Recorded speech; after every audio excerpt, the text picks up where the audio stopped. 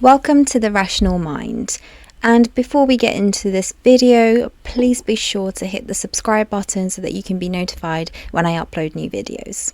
Today we're looking at the nature or attributes of God existence, or God, and this is chapter 1.7 in the OCR A-Level Religious Studies specification. So firstly, a recap. So Christians traditionally believe that God is omnipotent, so all-powerful, and eternal, so transcendent or everlasting. And we're going to look at the difference between all of these different definitions and key terms that God is believed to hold. Before we get into all of these definitions, have a pause of the video and see whether you can define all these by yourselves, and then we're going to go and look at the definitions themselves. So firstly, omniscient. This is all-knowing. Omnibenevolent. This is all good and all-loving. Omnipotent is all-powerful. Eternal is very similar to transcendent, and this means timeless, atemporal, being outside of the constraints of time. So not bound by the limits that, for example, humans are held by, because obviously time is against us. It's being separate from that. So think about God being outside of the universe itself. And everlasting. This is sempiternal, lasting forever for the same timeline as humanity. So this is opposite of eternal. Everlasting is the same, God living in the same time space as we are, and so therefore as we are learning new things, he could also be learning new things, or the fact that he is also affected by time just as we are. So firstly, we're going to look into omnipotent, and we'll look through each of these different meanings with different philosophers as well. So omnipotence or all-powerfulness is a classical attribute of God. The Bible attributes omnipotence to God. So for example, in the creation stories in Genesis, and at the end of the book of Job, and in the miracle stories. So for example, within Genesis, in the creation of the universe, God creating the universe in 7 days, and that beginning saying, "Let there be light." And then the universe was created, right? The light and the sun and the moon, for example, night and day. So whether you take this literally or not, whether you argue this through a fundamentalist Christian perspective and creationists believing that, the creation story is true, or a more metaphorical sense like Catholics and the Church of England, for example, would take it, it doesn't matter. The same concept of all-powerfulness is highlighted in these stories. And there are discussions about whether omnipotence means God can do absolutely anything, including the logically impossible, or whether this has other meanings. And we'll look at some philosophers who really question all of this. So the first example I would want you and encourage you to use in your exams is the paradox of the stone. So can God create a rock that is too heavy to lift, as you can see in the image here? So this paradox questions whether an omnipotent being can create a stone it cannot lift. It seems like an oxymoron, but if such a being can create the stone, then it cannot lift it, which means it's not omnipotent, it's not all-powerful, as it can't lift it. And if it cannot create such a stone, then it is also not omnipotent, because there is something it cannot create. So this illustrates this contradiction of whether there can be such a thing as omnipotence, and whether an omnipotent being can actually exist. So for example, another one you can use is 2 + 2 = 5. In defense of God, you could argue in your essay that God made the laws of maths, and so therefore if he actually meant 2 + 2 = 5, then he would have, but he has chosen for 2 + 2 to equal 4, and therefore that's why it is the way it is. It might be also why he can't create a stone he cannot lift, because he's made certain laws of nature in order to not be able to do so. But if you want to go against it, then you can really highlight that this paradox actually has a lot of weight to it. So it depends which way you want to argue. René Descartes' view of omnipotence also supports the existence of God being omnipotent. Descartes argued that God must be omnipotent in the sense of being able to do even the logically impossible. So, for example, create a stone he cannot lift. because God has all the imperfections, so therefore God has no limitations at all. This means that God can create a stone too heavy to lift. So this is something that you could argue against the paradox of the stone. You can use references from the ontological argument where Descartes calls existence a perfection of God, and in order for God to be perfect, he also needs to be omnipotent, so creating stones he can't lift. But most scholars do disagree with Descartes. So they say that things that are logically impossible, such as square circles and stones too heavy for God to lift, aren't really things at all, because they are impossible. So God can do only anything that is logically possible, but not the impossibilities. So again, you can use these different arguments. Another view that they could disagree is because a God who could do anything at all would be able to do things that go against his loving nature, such as acts of cruelty. But then some people would argue, especially in the Old Testament, that God does perform acts of cruelty, such as, for example, rape of virgins, or the destruction of Sodom and Gomorrah, or the fall, or Noah's Ark and killing everyone apart from who was in the boat. So there's a lot of acts of cruelty here, so therefore you could kind of say, well, maybe he is, or maybe you want to argue that demonstrates that God is not an omnipotent creature, or maybe not an all-loving creature, but he is omnipotent. So again, depends on how you want to argue here. But Descartes' view of a totally powerful God who can do the logically impossible makes it difficult to find an acceptable theodicy. So a theory that supports the existence of God, because maybe it means that God isn't the actual Christian God that people might believe in, for example, the acts of cruelty being the possibility that God can create in a high level. Depends how you want to argue here. Aquinas is the next philosopher that we're looking at. So he argued that God's omnipotence means God can do everything that is within his nature and does not imply a contradiction. So God cannot be cruel or fall or be unwise, because this goes against his natural nature in the Christian sense. So we're going more from the Old Testament. But there is a really big criticism here. And you can look back to the problem of evil with the inconsistent triad from Mackie.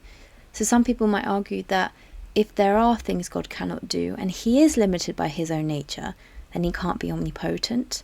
The problem of evil, like I said, is an example of this. Mackie's argument, the tripartite definition, is in the inconsistent triad.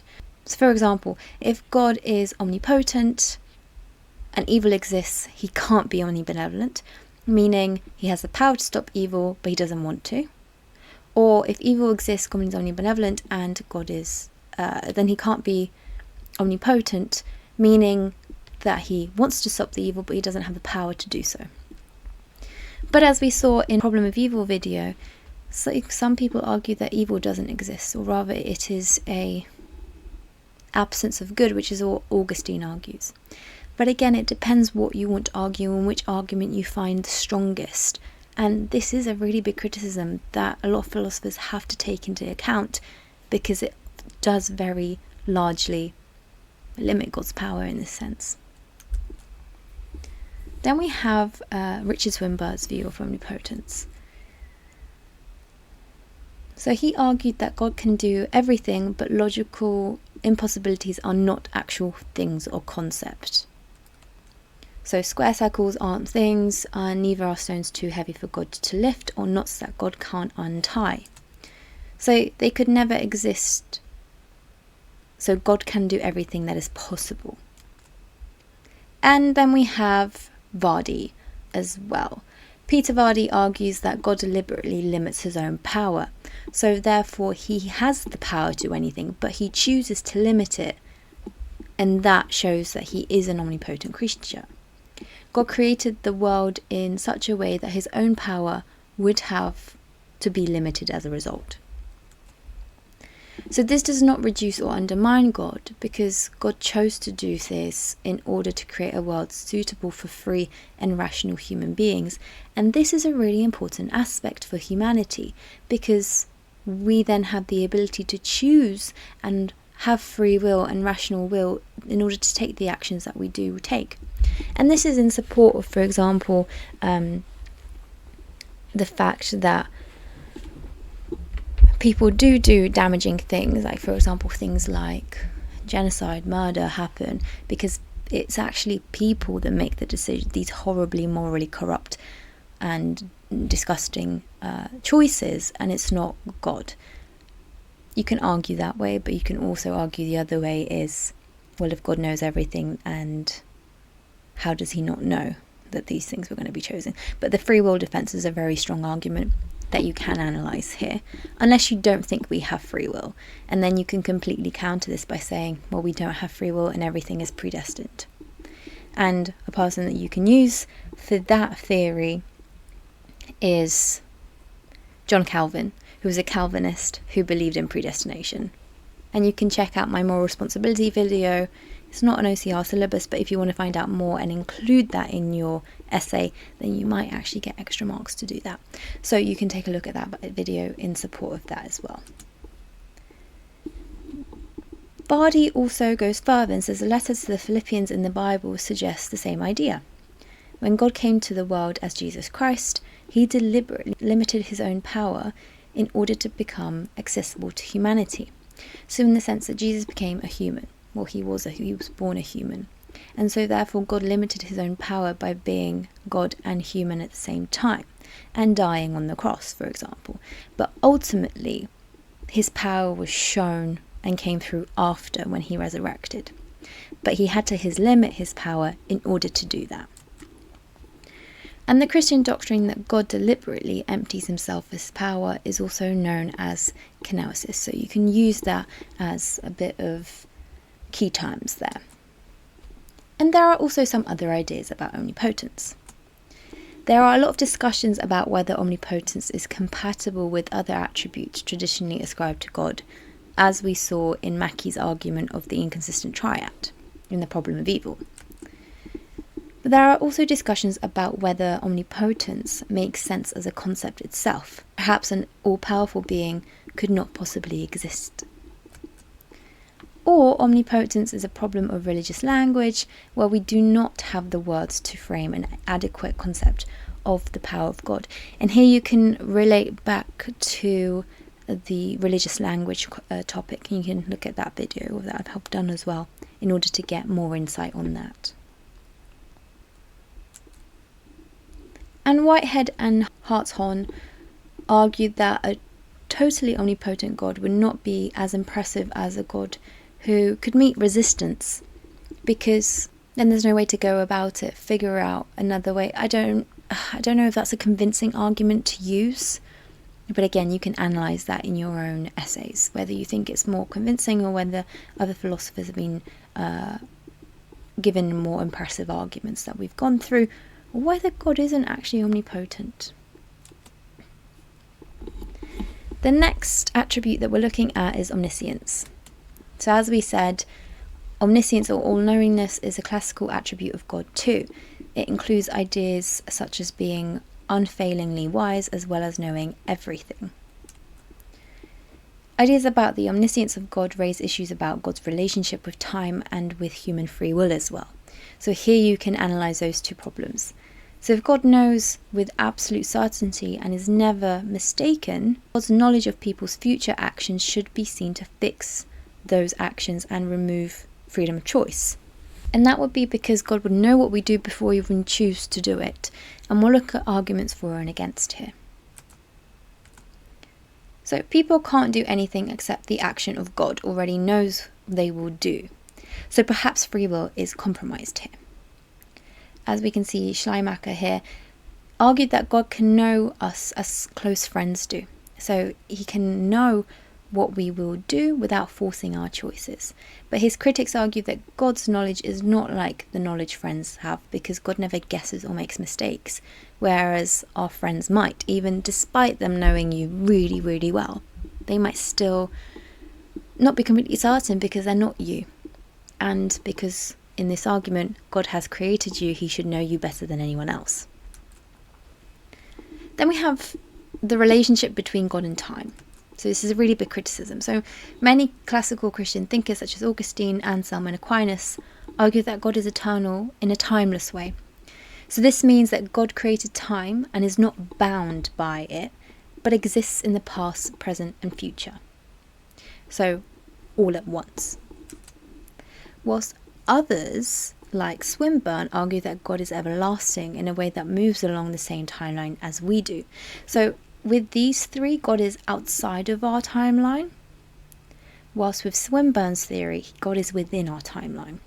So this gives us genuine free will and allows us to have a relationship with God who responds to our behaviour and prayers. And the past is the past for God as well as for us, and the future has not yet happened for God as well as for us.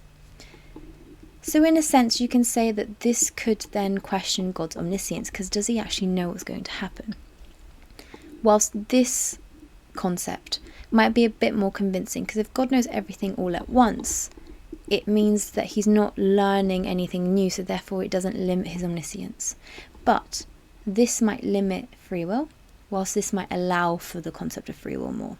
So again, it depends what you think is better and how you would pin the arguments against each other. Then we have Boethius. And he questioned whether an omniscient God could justifiably reward and punish. So he concluded that God can see time as from a lofty peak and can observe us making free choices in our lives whilst being outside of time himself. So we live inside time, on a timeline with a past, present and future, but God is timeless and sees all things in simultaneously, so all at once. And this might be the more convincing argument that you could take. So us being within our own time, God being outside of time, and he just sees everything happening at once. Then we have Anselm. And Anselm took a four-dimensionalist approach to God's relationship with time. So the past, present and future all exist. God can be in all times at once, and all times are in God because God created them. So God is time and time is God. So in this way, we are restricted to being in one place at one time, and we have genuine free will, but God has no restrictions and can be in all places and at all times. But what are some criticisms of this, of the view that God is eternal?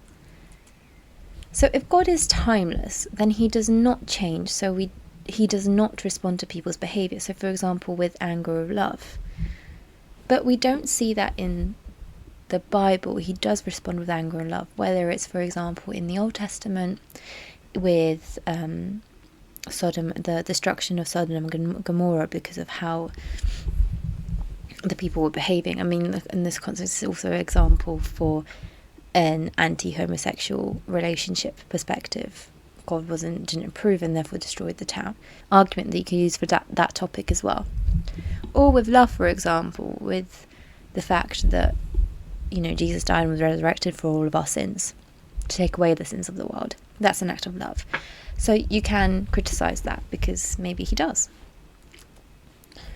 God knows everything for all time, so our freedom is restricted. So for example, God knows whether we will go to heaven before we were even born.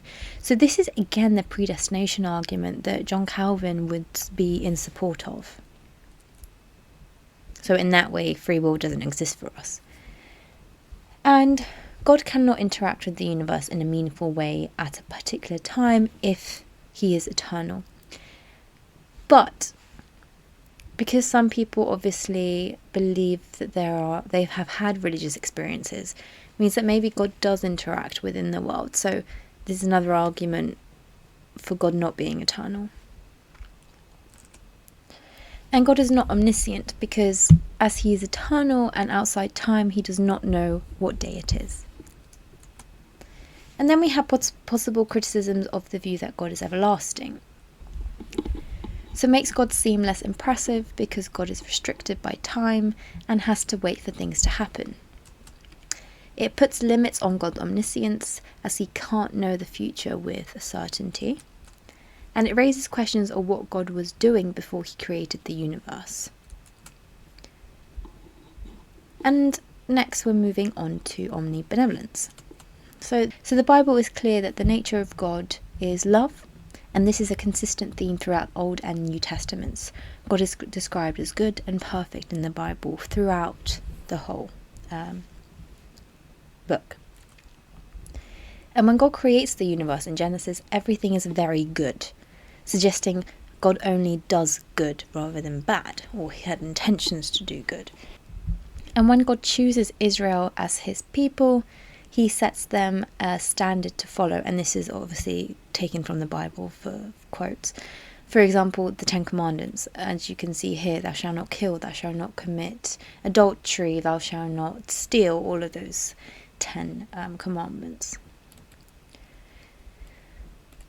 And when God is angry with people, it is not because of their failure to perform religious rituals, but because of the way they treat each other, especially the poor and the weak, which then obviously is really much emphasized within the New Testament and the teachings of Jesus.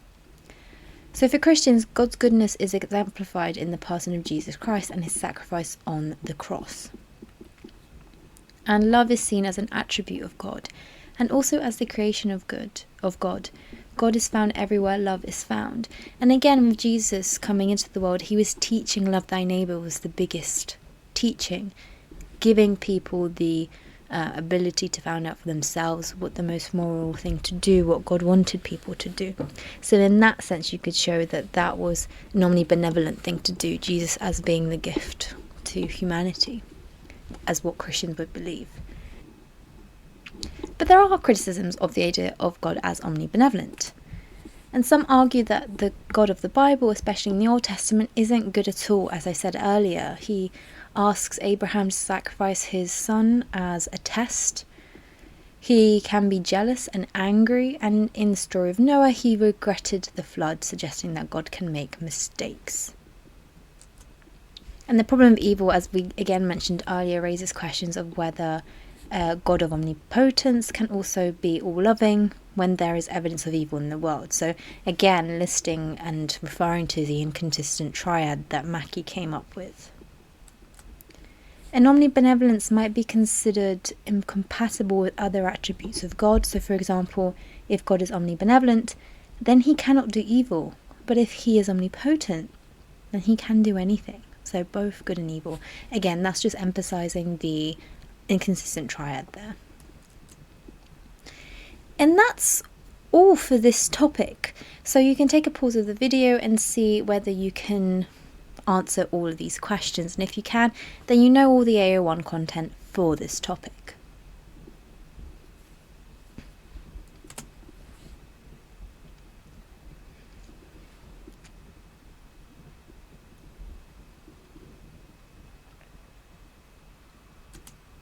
And now we'll look at some exam questions because practice makes perfect. So firstly, we're going to look at this question. How far is the claim that an omnipotent God should be able to do absolutely anything, even the logically impossible? So firstly, you might want to do this with your AO1. Description and explanation of different understandings of the concept of omnipotence. So for example, from Descartes, Aquinas, Swinburne and Hartshorne, like we went through. Describe and explain examples of key issues arising from different understandings of the omnipotence of God. So for example, the idea that God can do anything, whether or not it is logically possible, and the idea that God is limited by his own nature or deliberately self-limits his own omnipotence. And with AO2, with agreeing with the statement, your arguments could be this, and these are just points. You need to then develop and argue these further. And if you want me to do a fully developed how to write an A-star essay, do write in the comments below so I know, and for what topic you would want me to do this for. Descartes argues that omnipotence should mean power to do absolutely everything. Might agree that limited omnipotence is not omnipotence at all. Anselm claims that God is that which nothing greater can be thought, so you can use the ontological argument here. It could be argued that a God with limited omnipotence would be surpassed by a God with unlimited omnipotence. Descartes' argument that God created the laws of logic and is therefore not subject to them might be considered a strong argument, obviously develop that. It could be argued that we should not expect to reach a rational understanding of the power of God, given that we have finite minds, and so we cannot comprehend the idea of total omnipotence. This doesn't rule it out. Again, you can link to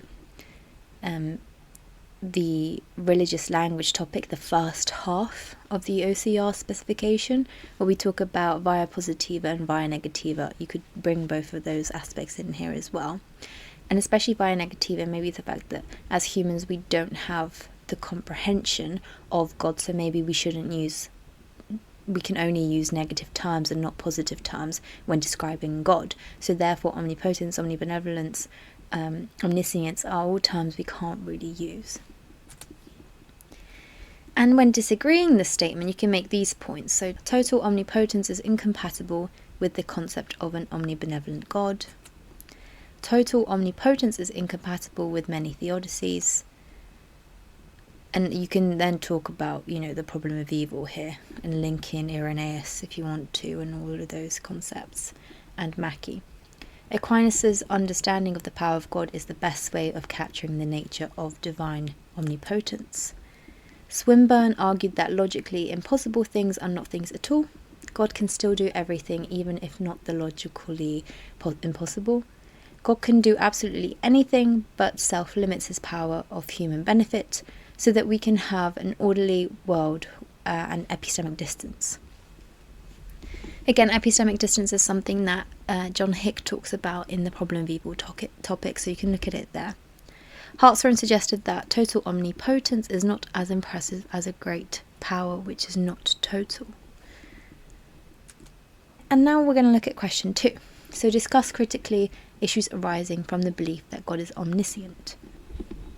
So with AO1 knowledge here, you can describe and explain different understandings of omniscience, so from the different philosophers and scholars that we talked about. Describe and explain reasons why omniscience might be seen to represent or present a challenge to human free will. Describe and explain why omniscience might be seen to present a challenge to theodicies. And describe and explain how God's relationship with time might relate to issues of omniscience. With AO2 content, you might want to consider whether concepts of God's omnipotence omniscience do present a serious challenge to ideas of human free will, or whether these have been successfully addressed, and here you will have to analyse these. Consider whether God's omniscience is compatible with theodicies relating to free will, so for example, whether God should have foreseen the fall of Adam and Eve, or not. Is it better for humanity or not? So you can really develop that there. Consider the relative merits of ideas of God as eternal or everlasting. And that's all for this topic. And as I said, do subscribe if you want to be alerted from more videos about OCR and any other syllabuses too, and whether you want me to do a video about essay skills and technique and go through examples essays. So do write that in the comments below. So thank you for sticking through with me today, and see me next time for more religious studies, philosophy and ethics.